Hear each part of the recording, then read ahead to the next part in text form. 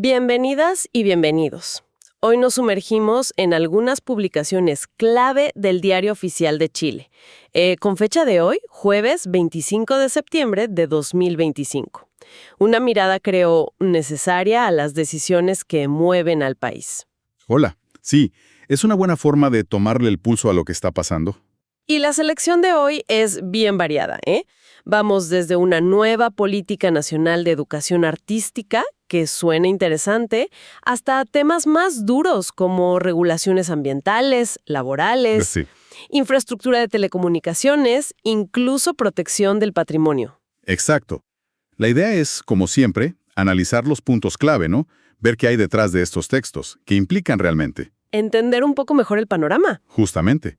Entender cómo se va configurando todo en distintos frentes. Perfecto. Comencemos entonces. ¿Qué tal si partimos por eso que mencioné de cultura y formación? La nueva Política Nacional de Educación Artística.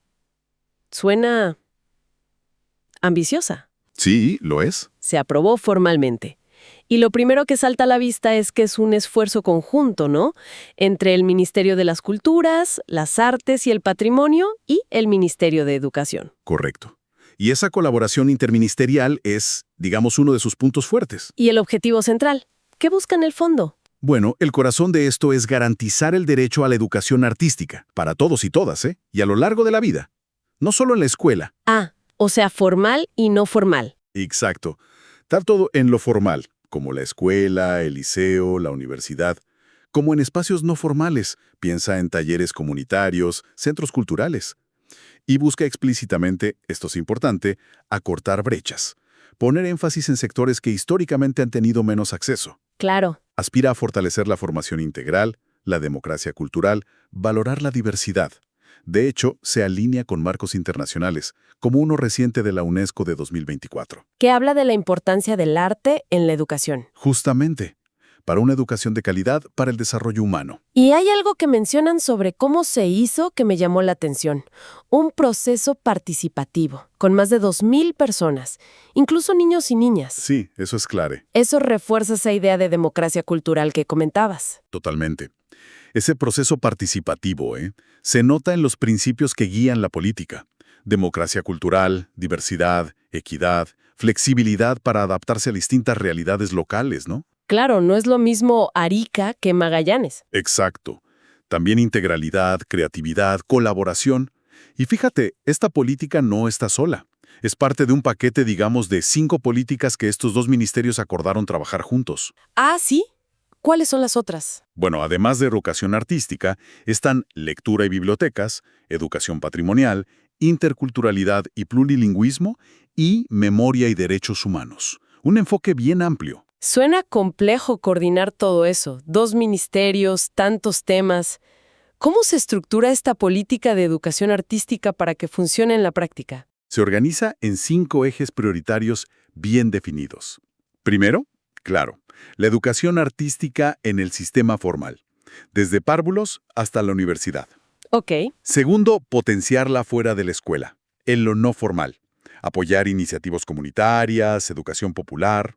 Importante eso también. Tercero, la formación de quienes enseñan, tanto docentes de aula como artistas educadores. Formación inicial y continua. Fundamental. Cuarto, la formación artística ya más especializada, para quienes quieren dedicarse profesionalmente a esto. Carreras artísticas. Eso. Y quinto, un eje que es vital, la sostenibilidad. O sea, ¿cómo aseguramos que esto perdure? Plata, infraestructura. Exacto. Financiamiento, infraestructura adecuada, mejores condiciones laborales para artistas y docentes, crear redes, gestionar el conocimiento que se genera. Y además, y esto es muy relevante hoy, cruza todo con enfoques transversales. ¿Cómo cuáles? Perspectiva de género, interculturalidad, pensando en los pueblos originarios, migrantes, pertinencia territorial, lo que decíamos, adaptar a cada lugar, inclusión de personas con discapacidad, y la interdisciplinariedad, conectar las artes con ciencia, con historia. Una visión muy completa. ¿Y cómo se aseguran de que se implemente? Se crea un comité interministerial y una mesa técnica. Para coordinar, hacer seguimiento, veremos cómo funciona. Interesante, sin duda. Bueno, cambiemos de tema, pero sigamos un poco en cultura y ciencia. ¿Hay autorizaciones para sacar temporalmente piezas arqueológicas del país? ¿Por qué pasa esto? Sí, esto es algo que ocurre con cierta regularidad en la investigación científica. El Consejo de Monumentos Nacionales dio permiso para que 2 grupos de muestras viajen a laboratorios afuera. ¿Y por qué afuera? ¿No se pueden analizar acá? La razón principal es acceder a técnicas muy específicas o a un nivel de precisión que quizá para ese análisis puntual no está disponible acá con la misma capacidad. Es habitual en ciencia. El primer grupo son 25 muestras zooarqueológicas, o sea, restos de animales, ¿De dónde? de sitios en Magallanes, Punta Carrera 2, Bahía Buena, lugares así. Las recuperó el Instituto de la Patagonia de la UMAG, ¿Y a dónde van? a un laboratorio en Nanterre, en Francia, asociado a la Universidad París I. Y ojo, el análisis es no destructivo. ¿Qué técnica es? Mencionaste cementocronología. ¿Qué es eso? Suena complejo. Es fascinante en realidad. Es como contar los anillos de un árbol, pero en los dientes de los animales. Ah, Analizan las capas de cemento dental que se forman anualmente. Y en este caso le va a permitir a la investigadora, Jimena Torres Elgueta, entender cuándo cazaban lobos marinos los grupos humanos antiguos en el estrecho de Magallanes. ¿en qué época del año? Exacto. Si era en verano, invierno, todo el año, esto da pistas enormes sobre cómo vivían, cómo se movían. He entendido. Una ventana al pasado estacional, digamos. ¿Y el segundo grupo de muestras? Ese es distinto. Son 5 muestras, 4 de restos vegetales, arqueobotánicas y una textil de fibra animal. ¿De dónde son estas? Del Fitio San Marcos 698, en Arica y Parinacota. Las custodia el Museo de la Universidad de Tarapacá, ¿Y su destino? Miami, Estados Unidos. Un laboratorio llamado Beta Analytic, muy conocido para esto. ¿Y qué análisis les hacen allá? Imagino que diferente. Sí, totalmente. A diferencia de las de Magallanes, estas van para análisis destructivos. Ah, ok. Les van a hacer datación por radiocarbono, con la técnica AMS, que es espectrometría de masas con aceleradores, muy precisa para fechar materiales orgánicos antiguos. La investigadora acá es Vivian Standen Ramírez. Pero importante, estos permisos no son carta blanca, ¿eh? Hay condiciones. Sí, claro. El decreto es súper claro. Las investigadoras tienen máximo 2 años para informar al Consejo de Monumentos sobre los resultados o devolver las muestras, y ellas son responsables del embalaje, transporte seguro. Es patrimonio delicado. Lógico. Bueno, pasemos a otro tema. Protección ambiental. Salió un decreto que establece una veda de caza en Atacama. ¿Dónde exactamente y por qué? Sí, es una medida de protección fuerte. Se prohíbe la caza y captura por 30 años. Un plazo largo. 30 años. ¡Wow! ¿Y dónde? En un área específica de unas 830 hectáreas, en la desembocadura del río Huasco, provincia de Huasco, región de Atacama. La razón es proteger un ecosistema de humedal costero. Son súper importantes, y más en el norte de Chile, que es tan árido. Son verdaderos oasis de biodiversidad. Claro. ¿Y qué tipo de fauna hay ahí? Alberga una fauna nativa bien rica, pero se destaca sobre todo su importancia para las aves acuáticas. Ah, entonces es relevante para aves migratorias también. Conecta con otros lugares. Exactamente. Ese es un punto central. El decreto dice que es un sitio estratégico para muchas aves, incluyendo migratorias que viajan miles de kilómetros y necesitan estos lugares para descansar y alimentarse. O sea, tiene importancia internacional. De hecho, sí. Se mencionan explícitamente convenios internacionales que Chile ha firmado, como Ramsar sobre humedales y el CMS sobre especies migratorias. La medida ayuda a cumplir esos compromisos. ¿Y se nombran especies específicas que se quieran proteger? Sí, el texto menciona algunas que ya están clasificadas como vulnerables y cuya caza de todos modos está prohibida. Pero esta veda refuerza su protección y la de su hábitat. ¿Cómo cuáles? Hablan del cisne de cuello negro, el pitotoy, el lagarza cuca, el guaydabillo, también varias especies de zambullidores y taguas. La idea es que esta área se consolide como un refugio seguro, un núcleo de reproducción. Y la prohibición es total dentro de ese polígono. La única excepción sería si el SAC, el Servicio Agrícola y Ganadero, autoriza capturas muy puntuales. ¿Con qué fin? Únicamente fines científicos bien justificados o por control sanitario si hubiera alguna enfermedad. Nada más, y la fiscalización queda a cargo del SAG, Carabineros y los inspectores ad honorem. Ok, clarísimo. Ahora, entremos en un tema que siempre es sensible, derecho laboral. Se publicó la resolución que dice qué empresas no pueden ir a huelga los próximos 2 años. ¿Cómo funciona esto en Chile? ¿Es delicado, no? Uy, sí, es uno de los temas más complejos. El marco es el artículo 362 del Código del Trabajo. Ese artículo permite, ojo, de forma excepcional, prohibir la huelga. ¿En qué casos? En empresas que atienden servicios de utilidad pública, o si su paralización causa un daño grave a la salud, a la economía del país, al abastecimiento de la población o a la seguridad nacional. Son causales bien específicas, y es crucial entender que se ve como una restricción a un derecho fundamental. La huelga es un derecho reconocido internacionalmente, por la OIT y por Chile. Entonces no es llegar y prohibir. Para nada. Tanto la OIT como los tribunales chilenos han dicho muchas veces que esta prohibición tiene que interpretarse de forma muy restrictiva. Es casi el último recurso. Y la decisión la toman 3 ministerios juntos: Trabajo, Defensa y Economía. Y se revisa cada 2 años. Pero la resolución misma habla harto de que hay una alternativa menos drástica, ¿verdad? Los famosos servicios mínimos. Ese es un punto central del análisis que hace la resolución. Los servicios mínimos, que están en otros artículos del Código, obligan a mantener equipos de emergencia durante una huelga. ¿Para qué? Para hacer tareas súper específicas, críticas, y así evitar justamente esos daños graves a la salud, seguridad, etc. Pero, y esta es la diferencia clave, no impiden que el resto de los trabajadores hagan huelga. Entonces la resolución dice que si hay servicios mínimos... Exacto. El argumento es: si una empresa ya tiene servicios mínimos calificados y vigentes que protegen el bien jurídico esencial, la salud, la seguridad, lo que sea, entonces no corresponde aplicar la prohibición total del artículo 362. Sería redundante y excesivo. Se prefiere la medida menos restrictiva. Tiene lógica. Y otro argumento que usan para rechazar solicitudes es la falta de sindicatos. ¿Por qué importa eso? Es fundamental. La resolución lo recalca. La huelga, en el marco de la negociación colectiva que regula el Código del Trabajo, es un derecho colectivo. Lo ejercen los sindicatos. O sea, si no hay sindicato... Si en una empresa no hay un sindicato constituido vigente legalmente, no puede haber huelga en ese contexto legal específico, ojo. Entonces la autoridad dice: si no hay un sindicato que pueda declarar la huelga, ¿para qué vamos a calificar a la empresa prohibiéndole la huelga a una entidad que no existe ahí? Carece de objeto, de causa. Claro. Por eso rechazaron todas las solicitudes de empresas donde no se demostró que hubiera sindicatos activos. Argumentan que si se forma uno después, bueno, ahí se verá si aplican los servicios mínimos u otro mecanismo. Entendido. Entonces, aplicando estos criterios tan estrictos, ¿qué tipo de empresas sí quedaron con prohibición para 2025-2027 y cuáles no? Sin listar todas, algunos ejemplos. Mira, de 117 solicitudes, se acogieron varias, pero se nota el filtro. Los sectores principales fueron agua potable y saneamiento. Ahí calificaron a las grandes, como Aguas Andinas, SSBO, Nuevo Sur, Suralis. Pero a otras no, como Aguas Manquehue o Aguas Santiago Poniente. Probablemente por tener ya servicios mínimos o no tener sindicato, como decíamos. Ok. Electricidad. También empresas clave de generación, transmisión, distribución.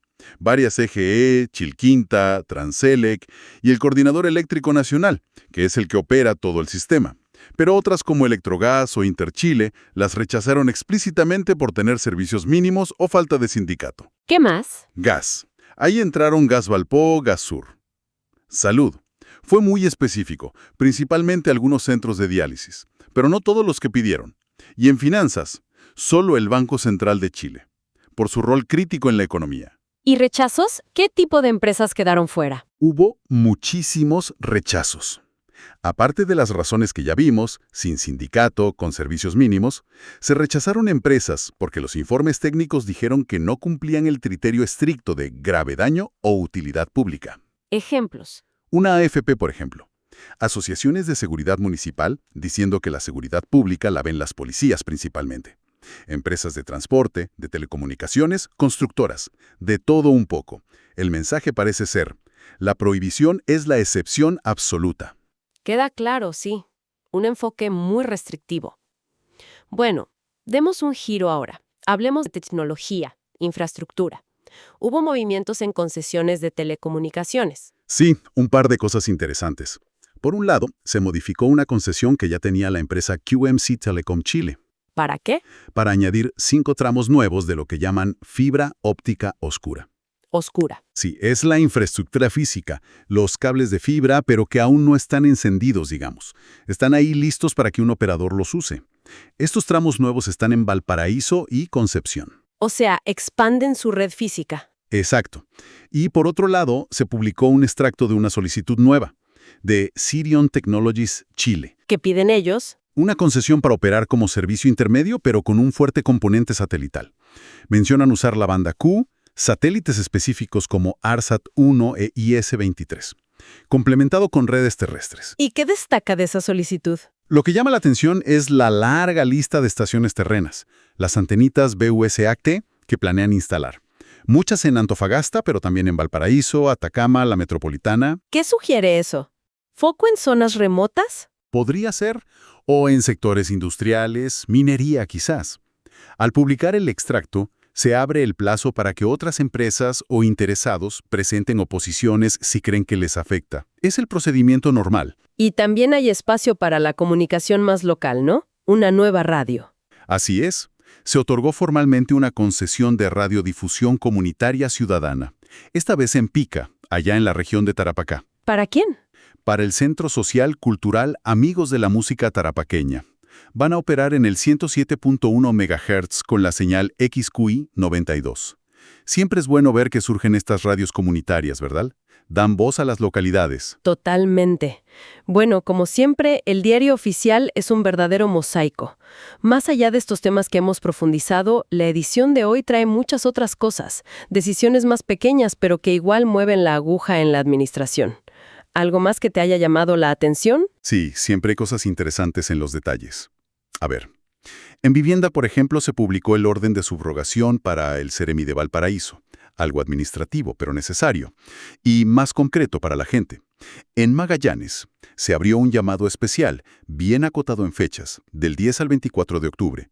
¿Para quiénes? Para familias vulnerables que ya tienen un subsidio habitacional, el DS49 o el DS1, pero que no han podido aplicarlo. Les ofrecen postular a cupos específicos en un proyecto de integración social en Punta Arenas. Es una forma de destrabar esos subsidios. Bien práctico eso. ¿Algo más? En medio ambiente, algo relevante, se postergó la entrada en vigencia de límites de emisión más estrictos para grupos electrógenos nuevos. ¿Hasta cuándo? Hasta septiembre de 2028, bastante tiempo. La razón que dan es que necesitan revisar la norma completa, porque recibieron comentarios del sector sobre dificultades para cumplirla. Sugiere que quizás la ajusten. Interesante. ¿Y qué más? También se inició la participación ciudadana para modificar una línea eléctrica de un proyecto solar en Papudo. Lo típico, evaluar impactos. Se actualizó la lista de funcionarios de la Delegación Presidencial Metropolitana que están sujetos a la ley del lobby. Y un cambio importante, se modificó un contrato de préstamo con el BID. ¿Por qué? Para que el nuevo Ministerio de Seguridad Pública aparezca como el organismo ejecutor. Refleja el cambio institucional reciente. Claro. También vi algo de urbanismo en Molina, que subieron un poquito la altura permitida en una zona. Y en asociatividad se constituyó formalmente en Antofagasta la Asociación de Mujeres de la Industria Minera y Productiva, Amina AG. Una señal de los tiempos, ¿no? Sí, interesante. Algo de finanzas o deportes. Siempre hay algo. Sí, lo clásico. El Banco Central publicó el tipo de cambio del día, el dólar observado quedó en 953 pesos 24 centavos. Y en deportes, citaron a Junta de Accionistas a Everton de Viña del Mar. Quieren aumentar el capital social. Impresionante la cantidad de cosas realmente. Desde fomentar las artes, proteger un humedal por 30 años, regular un derecho tan sensible como la huelga, hasta ajustar normas de emisión o permitir que crezca la infraestructura digital. Todo en un día. Sin duda. Por eso decimos que revisar el diario oficial, aunque sea de un día, te da una foto, una instantánea muy rica de cómo el Estado interactúa con todo. Sociedad, economía, medio ambiente. Pone reglas, impulsa políticas, responde a problemas. Y después de ver todo esto, esta selección de hoy, ¿qué reflexión te deja? Porque uno ve intereses diversos, ¿no? La cultura, el medio ambiente, los derechos laborales, el crecimiento, la tecnología. A veces parecen tirar para lados distintos. ¿Cómo se equilibra todo eso? Esa es la pregunta del millón, ¿no?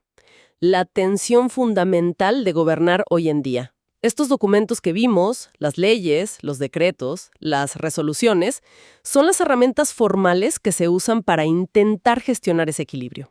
Intentar, dices. Claro, porque el balance real no se juega solo en el papel, se juega en cómo se implementan estas cosas, si se fiscaliza o no, cómo reaccionan los actores sociales, las empresas, la ciudadanía, y al final cómo impacta de verdad en la vida de la gente y en la sostenibilidad de nuestro entorno. Entonces, la pregunta que queda flotando es...